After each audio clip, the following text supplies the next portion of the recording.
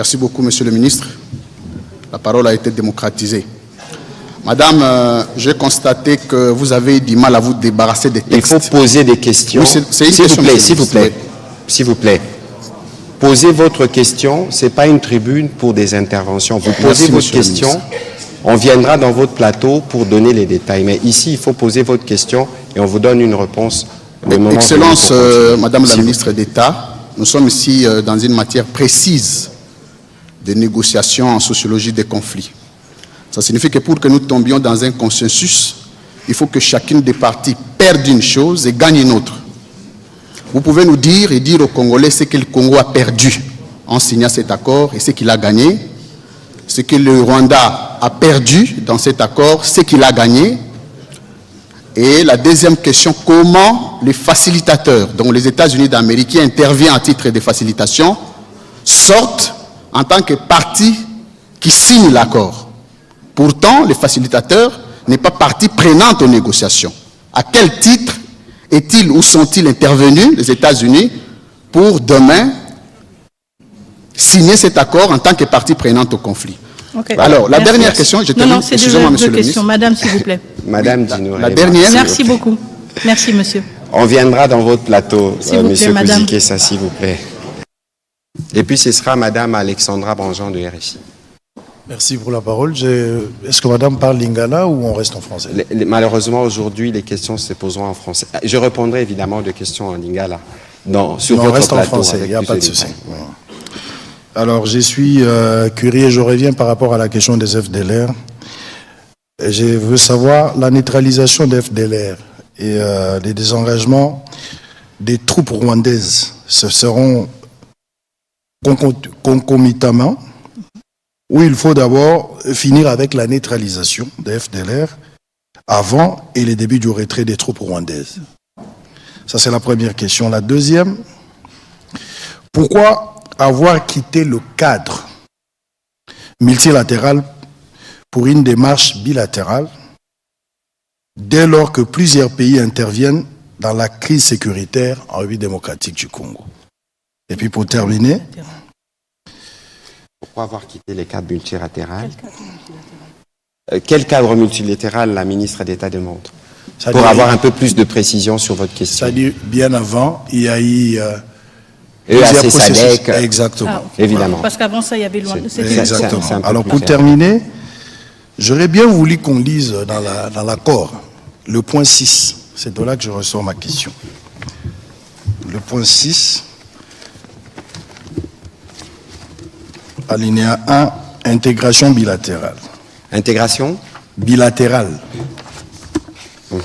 Dans le cadre, le parti lance et barre ou élargisse la coopération sur des priorités communes, telles que la gestion des parcs nationaux, le développement hydroélectrique, les dérisquages des chaînes d'approvisionnement en minerais, la gestion conjointe des ressources dans le lac Kivu et des chaînes de valeurs minières transparentes et formalisées de bout en bout, de la mine au métal transformé qui relie les deux pays en partenariat, le cas échéant avec le gouvernement et investisseurs des États-Unis. Par rapport à ça, je voudrais d'abord comprendre l'esprit de ce point, mais aussi la gestion conjointe sur les domaines miniers pour arriver à certifier nos matières minières. Était-il impérieux d'associer le Rwanda? Pardon? Encore plus fort. Je disais, la question, celle qui est liée à la gestion conjointe sur les domaines miniers, pour arriver à certifier nos matières minières, était-il impérieux d'associer le Rwanda? J'ai pris la question par rapport à l'article, le point 6, premier alinéa, que je viens de lire tout à l'heure. Voilà. Merci. Donc, 3 questions. La première question sur la concomitance FDLR, retrait de mesures de défense. La deuxième question sur le processus bilatéral. La troisième sur le cadre d'intégration économique. Allez-y, Mineta. Merci beaucoup.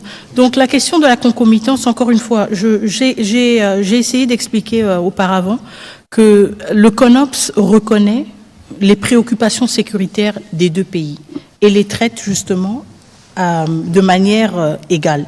C'est pour cela qu'il y a cette question cet aspect de concomitance. On ne peut pas parler si vous voulez, d'une neutralisation des FDLR et ensuite un désengagement des forces. C'est comme pour dire qu'une question est plus importante que l'autre. C'est pour cela que cet aspect d'une concomitance est repris dans le CONOPS. Évidemment, la réalité est aussi... Concomitance en français facile, concomitance, c'est en même temps. En même temps, on a le CONOPS est divisé en 3 phases. Chaque phase a 30 jours. Dans ces phases de 30 jours, on regarde côté FDLR, qu'est-ce qu'on va faire? Côté RDF ou côté forces armées rwandaises qui doivent se désengager, qu'est-ce qu'on va faire concrètement? Et là, maintenant, nos experts militaires et des renseignements se sont assis pour dire, bon, si on est dans une première phase, quelles sont les choses qu'on devra faire? D'abord, identifier des deux côtés, quel est l'effectif, quel est le point de départ. Ensuite, engager, par exemple, du côté des FDLR, des sensibilisations pour dire, ceux qui veulent, s'il vous plaît, rentrez chez vous, ça va nous faciliter la tâche. Du côté du désengagement des forces, qu'est-ce que cela veut dire concrètement? Quel est le dispositif en place? Quel est l'effectif? Et ensuite, on avance de manière graduelle. Maintenant, la réalité du terrain est aussi qu'on doit s'adapter à certaines réalités contextuelles. Ça veut dire, par exemple, quand on se projette dans une logique actuelle, parce que le CONOPS a été rédigé en octobre, et la situation a changé entre maintenant et octobre, on ne peut pas penser, par exemple, à une neutralisation des FDLR sans une présence des forces armées congolaises dans les zones où ils opèrent. Et donc, on ne peut pas penser à une neutralisation des FDLR sans un désengagement des forces armées rwandaises. Et donc, c'est justement là où nos experts militaires travaillent ensemble pour dire, si on veut atteindre tel objectif, eh bien, on doit être conscient que l'autre partie doit avancer sur certains points. Et c'est ça l'esprit de la concomitance, ou l'esprit du fait que tout se passe en même temps. Voilà. On ne peut pas dire qu'on a un problème des FDLR si nous ne contrôlons pas les zones où elles sont supposées être opérationnelles. On ne peut pas dire non plus qu'on a un problème d'un désengagement des forces si nous ne sommes pas présents pour attester et confirmer le départ de ces forces. Et donc, évidemment, entre octobre et juillet 2024 et juillet 2025, il y a eu certains changements contextuels et on devra ajuster. Mais l'esprit reste le même. L'esprit reste le même. On respecte votre préoccupation, c'est les FDLR, pas de problème, on va s'en occuper. Mais vous respectez aussi la nôtre. Et c'est que vos militaires n'ont rien perdu chez nous, bye bye. Et donc, c'est ça l'esprit de la concomitance. Les deux parties doivent reconnaître la validité de leurs préoccupations sécuritaires. Est-ce qu'on peut estimer le retour de la paix? Pour quand est-ce qu'on peut estimer le retour de la paix? Bon, vous savez, si j'avais cette réponse, vraiment, je vous la donnerai évidemment, mais je la donnerai tout d'abord aux populations à l'Est, parce que ce sont elles qui sont les plus affectées. C'est une question à $1 million de dollars. Je n'ai pas la réponse à quand est-ce qu'on peut estimer le retour de la paix. Ce que moi je peux vous dire, c'est que du côté de la République démocratique du Congo, à travers la signature de cet accord, à travers tous les actes politiques que nous posons, à travers notre mobilisation, nous sommes déterminés à œuvrer pour un retour de la paix dans les plus brefs délais. Maintenant, la responsabilité, c'est une responsabilité partagée. Voilà, la question sur les multilatérales. Oui, la question sur le multilatéral. Donc, pourquoi est-ce qu'on n'a pas continué dans le cadre SADC-EAC? Bon, vous savez, à un certain moment, il y a eu des engagements à plusieurs niveaux. Vous vous en souviendrez. On a eu d'abord le processus de Luanda. On devait avoir un sommet. Et le président Kagame n'y a pas participé. On a eu ensuite plusieurs tentatives au niveau de la sous-région de trouver une solution. Il y a eu plusieurs accords qui ont été signés, plusieurs décisions, mais il n'y a pas eu de matérialisation. Et donc la raison pour laquelle ces cadres multilatéraux n'ont pas continué à être exploités, c'est parce qu'ils n'ont pas fourni de résultats.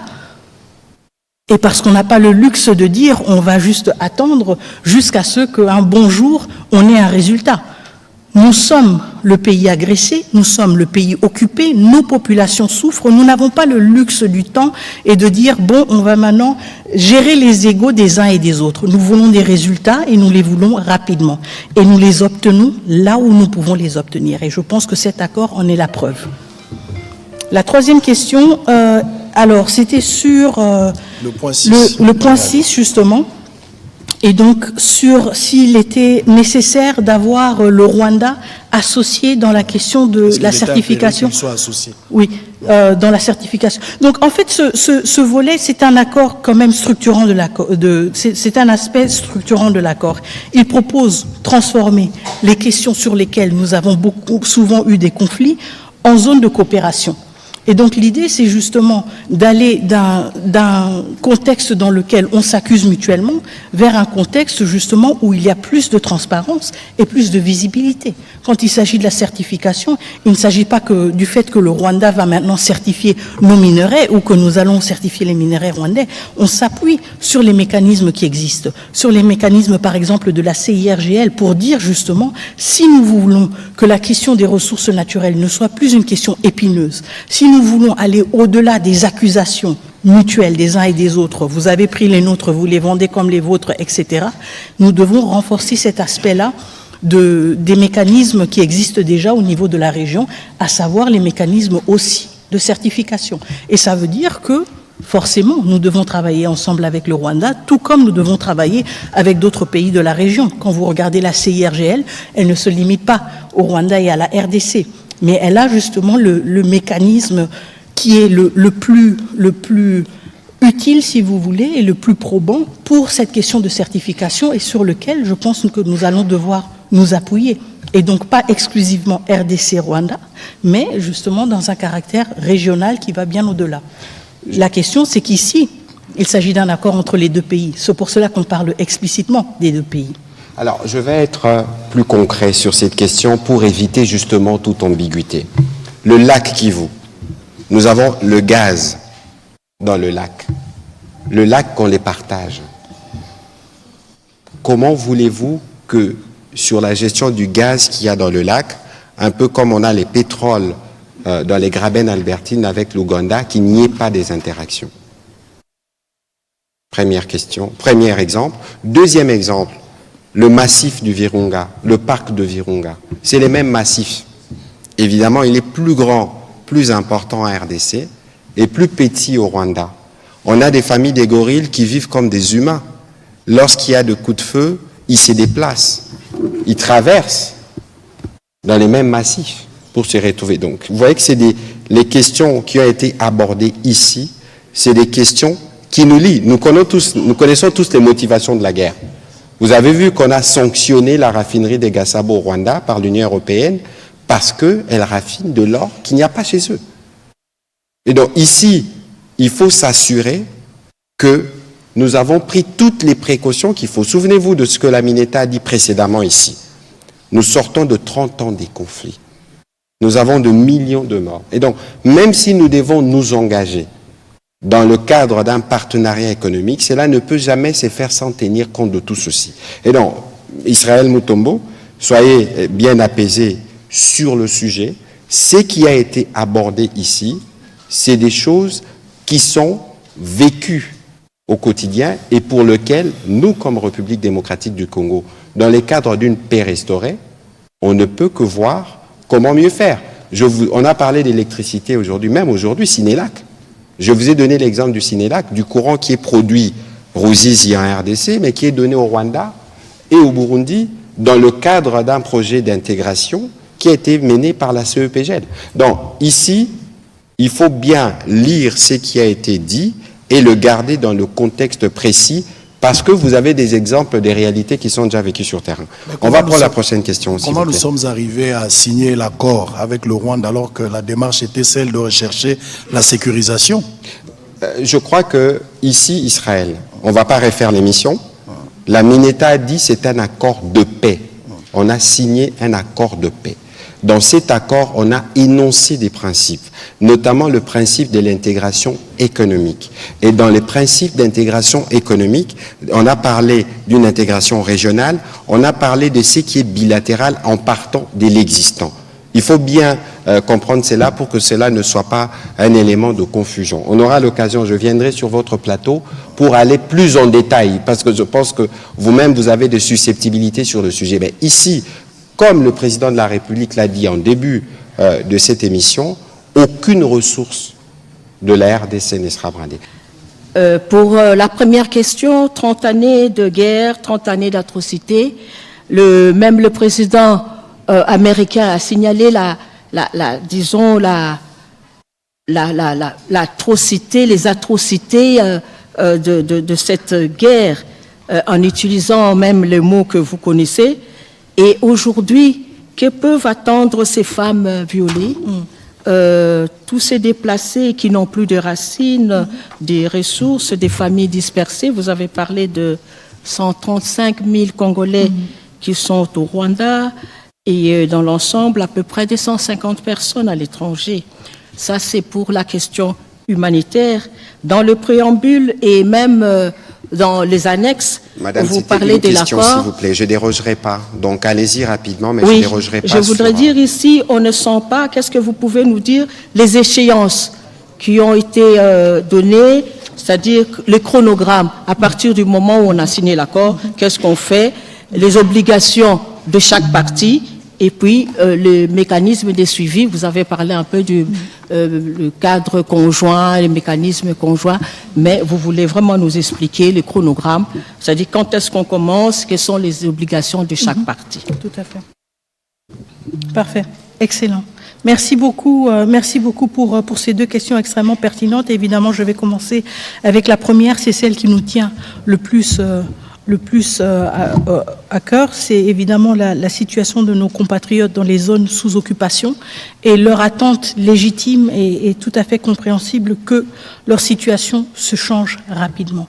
Et ça veut dire que nous faisons face à de grandes attentes quand il s'agit de la mise en œuvre de cet accord. Et quelles sont les attentes que les survivants et les compatriotes que nous avons dans les zones occupées peuvent avoir? Comme je le disais, l'accord est un accord de paix qui entérine donc aussi le retour de l'autorité légitime de l'État congolais dans les zones occupées. Ce retour nous permettra, nous, en tant que gouvernement congolais, que ce soit le gouvernement central de Kinshasa ou le gouvernement provincial du Nord et du Sud Kivu, de justement répondre à ces attentes de nos populations. Cela veut dire que les questions de retour de déplacés, que ce soit des réfugiés ou des déplacés internes, auront une interface légitime pour justement interagir avec nos acteurs ou nos partenaires humanitaires différents qui vont faciliter les retours dans les zones ou dans les communautés d'origine de ces personnes déplacées. Cela voudra aussi dire que nous pourrons, avec des efforts concentrés sur ces zones affectées par ces années d'occupation, ou plutôt ces mois d'occupation, nous permettre justement d'injecter des ressources, de concentrer nos efforts justement sur la réhabilitation, sur la prise en charge de ces populations dans des domaines différents, à savoir les domaines de la santé, à savoir les domaines de l'éducation. C'est un retour de l'État congolais aux côtés des populations qui, pendant ces derniers mois, étaient livrées justement à des forces qui occupaient avec violence et avec force le territoire souverain de la République démocratique du Congo. Et donc, quand on se projette dans l'avenir dans l'avenir imminent de cet accord, c'est justement de cela qu'il s'agit. Le retour de l'État congolais aux côtés des populations civiles congolaises. La deuxième question que vous avez posée, c'est une question aussi tout à fait légitime, justement, quelles sont les prochaines étapes, quelles sont les prochaines échéances? Et j'en ai déjà parlé, le mécanisme conjoint de la sécurité est prévu d'être mis en place 30 jours après la signature de l'accord. Et je peux vous rassurer que du côté de la République démocratique du Congo, nous sommes déjà prêts nous avons déjà, si vous voulez, clôturer l'étape nécessaire de notre côté d'identifier les personnes qui vont représenter la République démocratique du Congo dans ce mécanisme et justement de cette manière impulser aussi son entrée en vigueur rapidement pour permettre que ce mécanisme commence le travail. Il y a aussi justement trois mois pour le lancement du cadre d'intégration économique régionale et je pense que ça c'est important aussi parce que ça veut dire que nous avons 3 mois où nous pouvons suivre les avancées dans la mise en œuvre de l'accord de paix et voir justement si ces avancées sont assez encourageantes pour aussi se projeter dans une logique d'un cadre d'intégration économique régionale. Et nous avons aussi 45 jours pour la tenue de la première réunion du comité de surveillance conjointe. Donc des jalons quand même assez clairs qui nous permettent à faire un suivi, que ce soit au niveau du terrain ou que ce soit au niveau politique un peu plus élevé ou plus stratégique, de voir où est-ce qu'on en est avec la mise en œuvre de cet accord. Voilà. Très bien. On va prendre la question de Pichu Mulumba. Je vais demander à Daniel Michombero et à M. Israël Mutombo de s'approcher du micro pour les prochaines questions. Merci beaucoup, Monsieur le Ministre, pour la parole. Madame la Ministre d'État, j'ai juste deux petites préoccupations. La première, c'est que n'y a-t-il pas une ambiguïté concernant la présence des FDLR dans cet accord? On sait que depuis 30 ans, la présence des FDLR sur le sol congolais constitue la justification constante des agressions militaires du Rwanda en RDC. L'accord prévoit-il une évaluation indépendante de la réalité et de la menace qui représenterait encore les FDLR maintenant et après leur neutralisation? La deuxième préoccupation concerne la question humanitaire. Le gouvernement a récemment dénoncé la transplantation des populations étrangères dans des zones occupées. Comment le retour des déplacés sera-t-il organisé si ces espaces de vie sont occupés par d'autres populations? Que prévoit l'accord à ce sujet? Alors, la première question sur la question des FDLR, en effet, cela fait près de 30 ans que ce prétexte est recyclé. Et réchauffé à toute sauce. Et justement, c'est la raison pour laquelle il est dans l'accord, parce qu'on veut y mettre fin. On veut mettre fin à cet accord, à ce prétexte récurrent d'une présence et d'une menace soi-disant des FDLR. Si tel est le cas, eh bien justement, nous avons un accord qui prévoit dans son CONOPS des étapes très claires, bien définies sur comment on va mettre fin à cette menace, mais aussi justement à travers le CONOPS et à travers la mise en place du mécanisme dont j'ai parlé de conjoint de sécurité, la possibilité d'évaluer l'envergure de cette menace. On ne peut pas juste dire qu'on va lancer des opérations de neutralisation sans avoir un point de départ et un objectif. Et donc, l'avantage ici, c'est que nous prenons cette question qui a été utilisée pendant plusieurs années pour dire, si c'est le cas, nous allons y mettre fin une bonne fois pour toutes. Pour y mettre fin, nous devons savoir à combien sont-ils, quelle est la menace qu'ils représentent. Et ensuite, on s'attaque au problème à travers des approches différentes et appropriées. Et ensuite, on peut dire, voilà, objectif atteint. Et je pense que c'est ce qui est très important, le fait qu'on dit, qu'on aille au-delà, si vous voulez, de la rhétorique et des discours contradictoires et qu'on dise, très bien, on met fin à cette question une bonne fois pour toutes. Tout comme on met aussi fin à la question de la présence des troupes rwandaises en République démocratique du Congo qui n'y ont rien perdu. Et je pense que c'est l'aspect clé de cet accord, le fait qu'il se concentre sur les questions qui bloquent le plus. La question qui bloque du côté de la République démocratique du Congo, tout à fait légitime, les troupes rwandaises n'ont rien perdu sur notre territoire, elles doivent rentrer chez elles. Question qui bloque du côté du Rwanda, apparemment, malgré le fait qu'ils ont une armée performante, malgré le fait que c'est le 4e pays contributeur de troupes de missions de maintien, dans les missions de maintien de la paix, c'est apparemment la menace des FDLR. C'est une menace? Très bien, on va y mettre fin. Et je pense que c'est ce qui est très important, le fait que cet accord se concentre sur ces deux points-là et nous aide à les élaguer. Mais aussi, comme vous l'avez dit, la question humanitaire est reprise dans l'accord. Et la question justement des implantations de population est une question sur laquelle nous avons reçu beaucoup de rapports pendant cette période d'occupation et qui a été suivie de près au niveau du ministre, du vice-premier ministre, ministre de l'Intérieur évidemment, parce que cela relève de son ressort.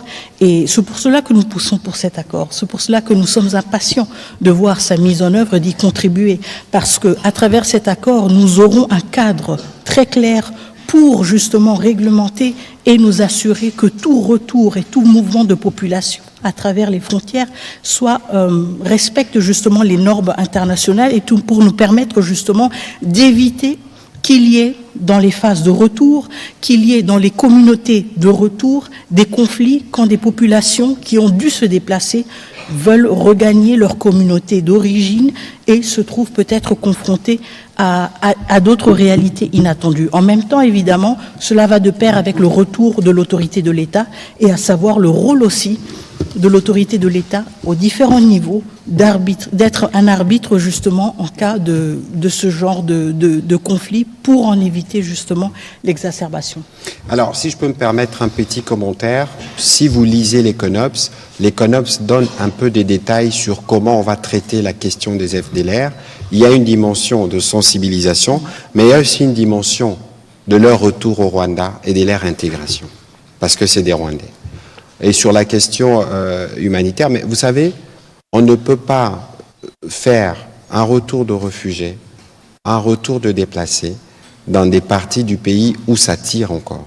Il faut un minimum de sérénité, un minimum de paix. C'est ce que cet accord va apporter, parce que cet accord, dès qu'il commencera à produire ses effets, il y aura un retour progressif de l'administration, et c'est cette administration qui sera en mesure de s'assurer que les populations, lorsqu'elles vont retourner, qu'elles retournent dans des conditions de sécurité, parce que les retours des déplacés comme des réfugiés, c'est fait aussi sur la base volontaire. Et donc, il y a des points qui sont, de notre point de vue, très cruciaux et sur lesquels nous faisons un suivi particulièrement étroit. On va prendre les questions de M. Michombero et puis ce sera M. Israël Mutombo. Madame la ministre, après avoir lu l'accord de paix signé à Washington entre la RDC et le Rwanda, j'ai constaté qu'il ne contiait pas une référence explicite à la justice ni à des mécanismes de reddition de comptes pour les crimes commis en RDC, notamment ceux documentés dans les provinces de l'Est de notre pays. Pouvez-vous, s'il vous plaît, éclairer l'opinion à ce sujet pour qu'on en sache davantage? Merci beaucoup. La question de la justice a suscité en effet beaucoup de débats et j'en suis tout à fait consciente. Comme je le disais auparavant, quand je répondais à la question de votre confrère, ce n'est pas un accord qui est exhaustif et qui couvre toutes les questions. Et nous devons le voir comme un accord qui s'est concentré sur les questions qui bloquent le plus pour l'instant. Est-ce que cela veut dire que la question de la justice n'est pas pertinente ou n'est pas une priorité, surtout pour le gouvernement congolais? Pas du tout. Je pense que ce que nous voyons avec cet accord et ce dont nous devons être conscients avec tout accord, c'est qu'il n'existe pas dans un vide. Il existe dans un écosystème. Et ce que nous faisons en tant que gouvernement congolais, ce que vous faites en tant que journaliste, ce que notre société civile fait, ce que nos partenaires internationaux font et bien d'autres acteurs font, c'est contribuer à cet écosystème. C'est tirer la sonnette d'alarme sur certaines thématiques et dire, même si cette thématique n'est pas reprise dans l'accord, elle a sa validité, elle a sa raison d'être. Et donc nous prenons la question de la justice extrêmement au sérieux et il faut aussi se rappeler qu'un accord de paix, c'est un compromis entre deux États. Et même si le souhait est tout à fait légitime de voir dans cet accord un pays reconnaître ses erreurs, un pays reconnaître ses violations et accepter d'être confronté, si vous voulez, à ces actions et leurs conséquences, on ne peut pas s'attendre à ce qu'un accord de paix soit, si vous voulez, une capitulation. Il y a aussi le souci de s'assurer que pour sa bonne exécution, on ne puisse pas humilier l'autre partie. Cela ne veut pas dire que la question de la justice n'a pas sa pertinence. Et cela ne veut pas dire que la question de la justice n'avance pas. Elle avance à travers nos discours, elle avance à travers la CPI, elle avance à travers la Cour africaine des droits des peuples. Des droits de l'homme et des peuples. Merci. Elle avance aussi à travers le Conseil des droits de l'homme qui a décidé d'envoyer une commission d'enquête internationale. Je sais qu'il y a des débats sur le financement, mais encore une fois, la question de la justice, la question de la vérité, la nature même du conflit, elle ne se pose plus. Elle ne se pose plus. Les rapports sont là, ils sont accablants. La vérité est connue par tous et par toutes et elle ne va plus être niée. Le fait qu'elle ne se retrouve pas dans cet accord ne diminue pas la valeur de cet accord et ne diminue pas la valeur de la question de la justice. Ce sont des questions complémentaires et notre responsabilité partagée, commune, en tant que République démocratique du Congo, c'est de créer l'écosystème qui va nous permettre à ce que, justement, cette question de la justice reste pertinente et aussi des débouchés concrets. Alors, souvenez-vous de ce que nous disons habituellement, que nous avons un front militaire, un front diplomatique, un front judiciaire. Vous avez vu, la ministre d'État fait référence à ce qui s'est passé à la Cour africaine de droit et des peuples. N'oubliez pas qu'il y a, même si aujourd'hui on en reparlera peut-être avec la ministre d'État, le Conseil des Nations Unies pour le droit de l'homme est en phase, en tout cas une mission d'établissement de faits a été mise en place, même s'il y a des difficultés des financements. Il y a une commission d'enquête qu'on n'a jamais eue en 30 ans. Il ne faut pas oublier aussi que la Cour pénale internationale avait déjà mis ses mains dans la pâte. Donc ça veut dire qu'il ne faut pas considérer que la justice sera laissée de côté. À ces propos, je vous relis ce que le président de la République a dit dans son discours du 30 juin. L'accord signé à Washington ouvre de perspectives inédites. Il augure une ère de paix durable, de coopération régionale et de prospérité partagée. Il nous engage à reconstruire nos communautés, à revitaliser nos économies, à restaurer la dignité de chaque Congolais. Mais cette paix, aussi précieuse soit-elle, reste fragile. Elle exige de nous tous, gouvernements, citoyens, partenaires internationaux, un engagement indéfectible pour sa consolidation. Nous continuerons à exiger que justice soit rendue aux victimes et que les responsables des atrocités répondent de leurs actes. C'est le président de la République qui l'a dit dans son discours du 30 juin. C'est illustratif justement de notre engagement du point de vue du front judiciaire, parce que sans justice, on n'aura pas des garanties de non-répétition de ce que nous déplorons depuis 30 ans. On va prendre les questions de M. Israël Mutombo. Madame Alexandra Branjon, allez-y s'il vous plaît. Et puis ce sera Eric Izami. Et puis on prendra la dernière question pour terminer. Madame la ministre, bonsoir. Monsieur le ministre, une question à nouveau sur les FDLR. Comment est-ce que vous comptez neutraliser ces FDLR? Est-ce que vous estimez aujourd'hui que les forces armées congolaises ont les moyens de le faire, sachant que ces groupes armés sont souvent dans des zones contrôlées par les M23? Est-ce que vous avez identifié des difficultés pour le faire? Est-ce que vous souhaitez une assistance étrangère? Tout à l'heure, vous parliez de la MONUSCO.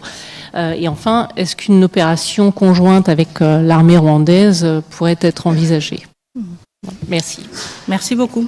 Alors, la question des FDLR et leur neutralisation, évidemment, je pense tout d'abord qu'on doit se référer à toutes les expériences antérieures que nous avons déjà accumulées en République démocratique du Congo, et donc à une certaine expertise, si vous voulez, dans la question, raison pour laquelle, pour nous, il s'agit surtout d'éléments résiduels des FDLR. Je pense qu'on a vu quand même, au fil des années, une réduction quand même assez sensible par rapport au nombre des effectifs des FDLR, suite aussi aux opérations, aux différentes opérations et différents efforts qui ont été menés par la République démocratique du Congo.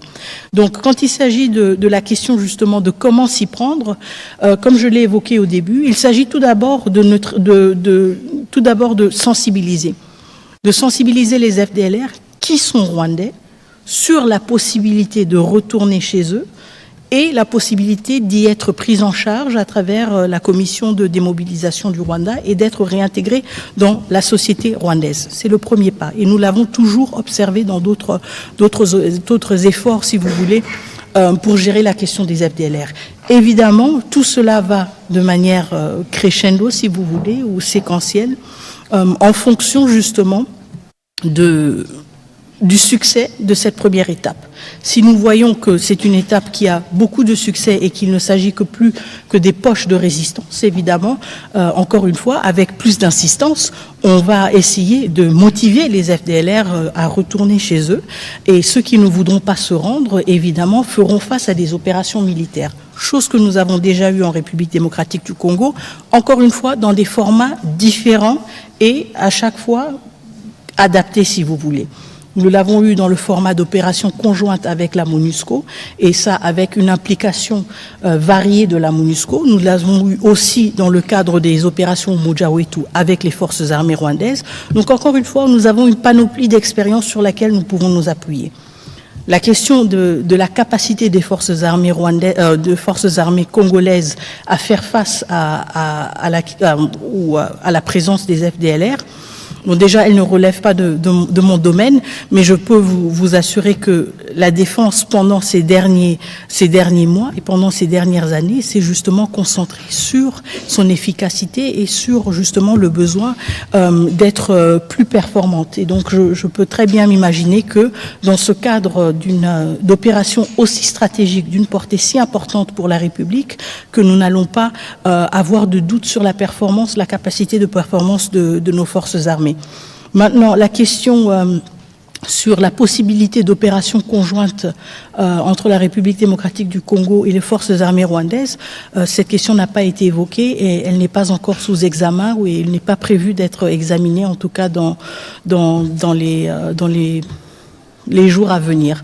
Nous nous concentrons sur nos propres capacités, nous nous concentrons sur nos propres capacités à être à la hauteur de ce défi et sur notre détermination, au besoin associer des partenaires internationaux comme peut-être la MONUSCO, si le besoin est ressenti et évidemment en coordination avec ces acteurs. Mais pour l'instant, il n'y a pas de plan quelconque de le faire conjointement avec les forces armées rwandaises. Je pense que pour l'instant, on se concentre plutôt sur leur départ définitif. Merci, bien dit. Éric Izami. Merci de la parole. Je voudrais globalement féliciter votre activisme dans votre gouvernement pour rechercher la paix, parce que la paix est essentielle. Alors la question, la première, c'est de revenir sur ce qu'a évoqué ici mon confrère Israël Mutombo, mais je voudrais être beaucoup plus concret. Nous parlons de l'accord de paix. Existe-t-il dans cet accord une coopération minière entre le Congo-Kinshasa et le Rwanda? Ou existe-t-il un projet conjoint dans ces sens? Nous avons besoin de réponses à propos. Le 1.23, deuxième question.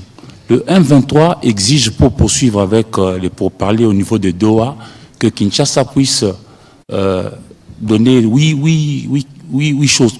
Entre autres, il y a notamment la levée de poursuite de certains de leurs cadres.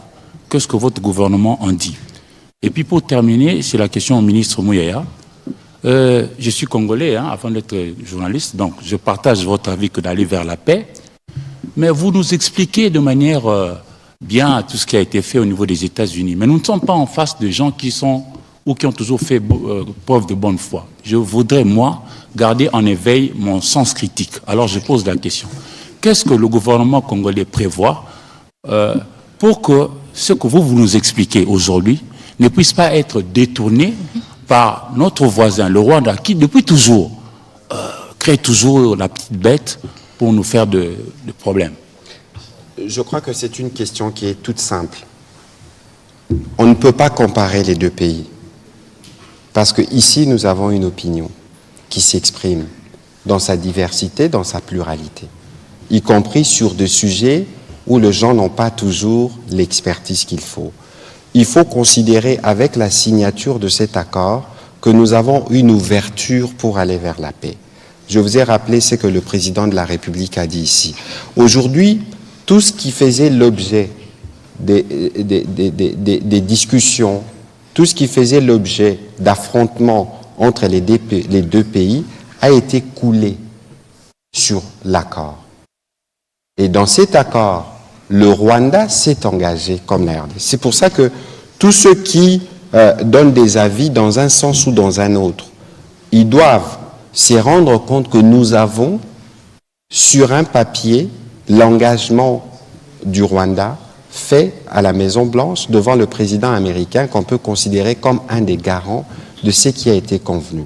Aujourd'hui, nous, on n'a pas le temps, la ministre d'État est là, d'aller dans la polémique, là où nous voulons nous assurer que des vies humaines sont sauvées, que des femmes sont moins violées, que les enfants peuvent aller à l'école dans les bonnes conditions.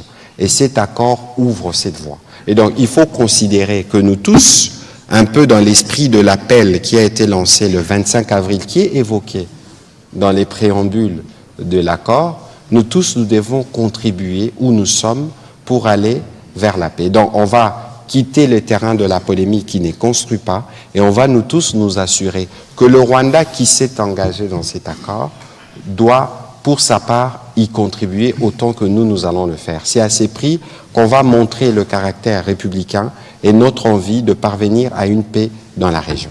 Voilà ce que je peux dire à ces propos. Madame la ministre d'État. Merci. Donc, je reprends les deux premières questions.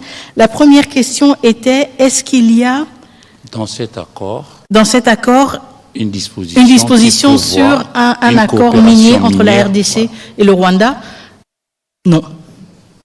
Lisez l'accord. Et vous pouvez lire l'accord. La deuxième question, les 8 conditions du M23. Comme vous l'avez évoqué, en effet, il y a le processus Doha qui est encore en cours. Apparemment, le M23 a jugé opportun de s'adresser, de prendre parole aujourd'hui, si je ne me trompe pas, pour évoquer 8 doléances qu'ils auraient. Je pense que ce sont des conversations qui ont lieu dans le cadre du processus de Doha et qui doivent continuer dans le cadre du processus de Doha. Nous n'allons pas nous prononcer là-dessus. Nous avons traité tous les processus, que ce soit le processus de Luanda, que ce soit le processus de Washington DC ou le processus de Doha, avec professionnalisme et respect envers les facilitateurs, avec discrétion, pour justement contribuer à un environnement propice pour avoir des discussions fructueuses. Nous allons maintenir cette posture. Ces conversations-là ont lieu à Doha, elles continuent à Doha. Merci. Voilà, Madame la ministre d'État, je pense que nous avons couvert tous les sujets. Les questions, elles peuvent encore continuer. Nous irons sur des plateaux. Non, je pense que dans l'exercice de ce soir, nous avons voulu être pédagogiques. Nous sommes là, d'ailleurs, nous avons débordé sur le temps du journal de la RTNC. Sauf, si vous voulez, dans 2-3 minutes, on peut prendre 2 petites questions en série et on nous répond une fois pour toutes pour clôturer. Très rapidement, parce que je vous en prie, on va prendre la question de Madame Gino Rehema et de Monsieur Louis-France. Alors, des questions qu'on nous prendrons en série et nous répondrons une fois pour toutes, s'il vous plaît. On commence par Monsieur Kouzike et on termine par Madame Gino Tabou. Allez, Gino Tabou, allez-y. Merci beaucoup, Madame la Ministre. Ma question, aux États-Unis, il y a eu des engagements qui ont été pris par la RDC et le Rwanda. La RDC a pris aussi l'engagement de neutraliser les FDLR. Je reviens sur cette question. Alors, je voudrais savoir où se trouvent ces FDLR. Vous les localisez où? Et aussi, ils sont estimés au nombre de combien? La deuxième question, M. Boulos a déclaré dans une interview, il a confirmé l'influence du Rwanda sur les M23.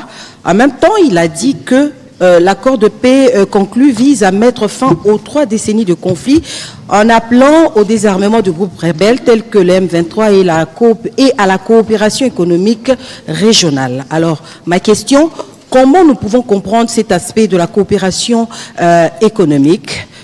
Donc, c'est-à-dire comment se fera cette vous revenez sur une coopération question économique qui a déjà été posée et reposée. Permettez que sur cette question, la ministre d'État ne réponde pas parce que nous en avons parlé abondamment. Sur la question de la localisation des FDLR, comprenez aussi qu'ici, il y a des questions qui relèvent de la stratégie militaire.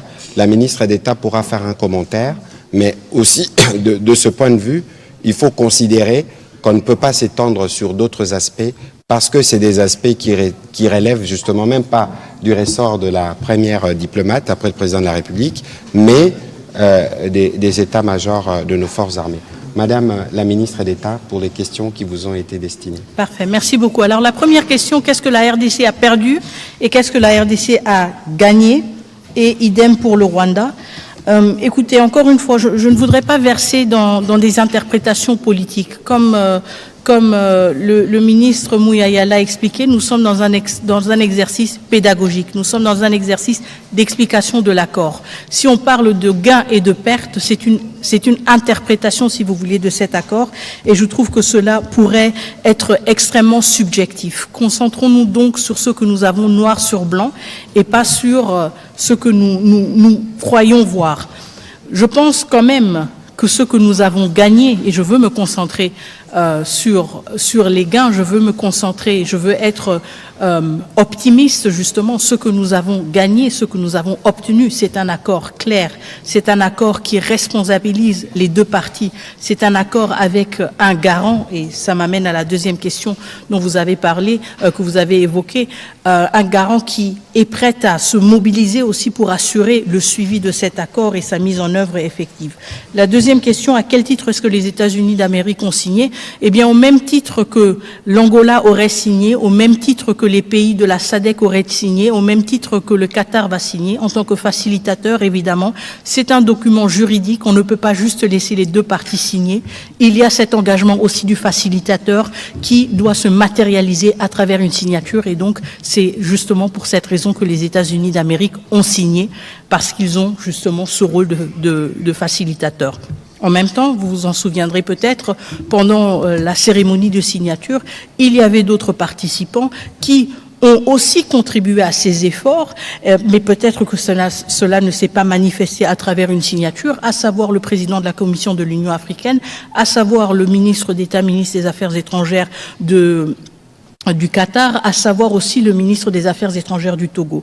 Juste pour vous montrer justement que cet accord est le fruit de plusieurs efforts, mais spécifiquement dans ce cas-ci, le fruit aussi d'une facilitation assumée par les États-Unis d'Amérique, et donc à juste titre, ils ont signé cet accord avec nous dans leur qualité de facilitateur, tout comme ça aurait été le cas si cet accord avait été signé en Polynésie ou je sais pas, en Indonésie ou n'importe quel autre pays du monde. Quand un pays est facilitateur, il a aussi cette responsabilité-là d'apposer sa signature à cet accord.